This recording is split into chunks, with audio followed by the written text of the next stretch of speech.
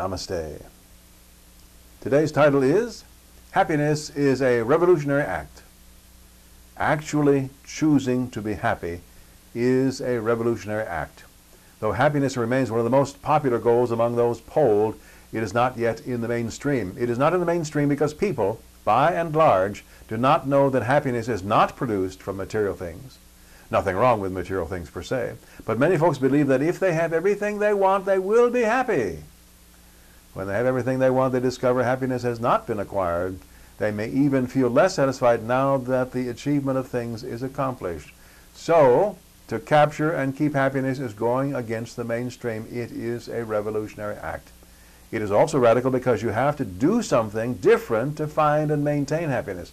You need to develop a meditative life. Some folks want to call this a prayer life. That's fine.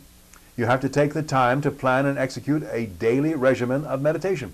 It need not be a long period of time, anywhere from 10 minutes to 30 minutes, whatever suits will be first class. It does not need to be long, nor does it need to be arduous. You can even imagine yourself sitting beside a great blue mountain lake.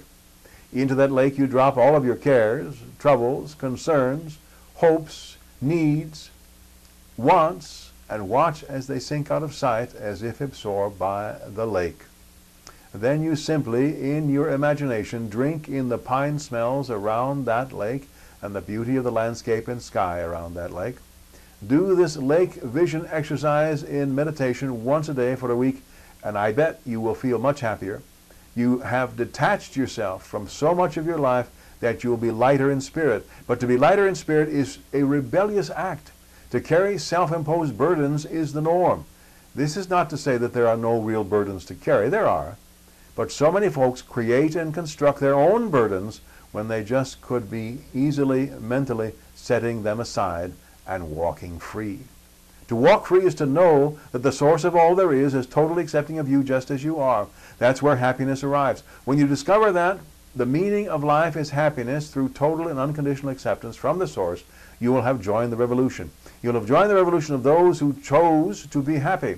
Yes, happiness is a choice which involves accepting your unconditional approval from the source. This is sometimes difficult to understand. Joy is an emotion that spontaneously washes over you like a cooling wave during a very hot day at the beach. Happiness is a choice, a way of viewing your life and your world. Joy is spontaneous. Happiness means deciding to respond to life in a certain way. Happiness is not spontaneous as such, rather it is a decision, and it is a revolutionary decision. You have heard of the idea of whether the glass is half full or half empty. How you see that glass of water is up to you. You decide. If you have previously decided one way, you can change your mind and decide the opposite way. Did you get that? You can change your mind. When you have found happiness as the meaning of life, you choose to follow your intuition and be happy. You are happy, you discover, because you have found total acceptance in the source of all there is. In these actions of mind and spirit, you have lifted yourself out of the workaday into the extraordinary, the revolutionary way of being in the world. Happy. Why is this revolutionary? You need look no further than the vast majority of your family, friends, and acquaintances.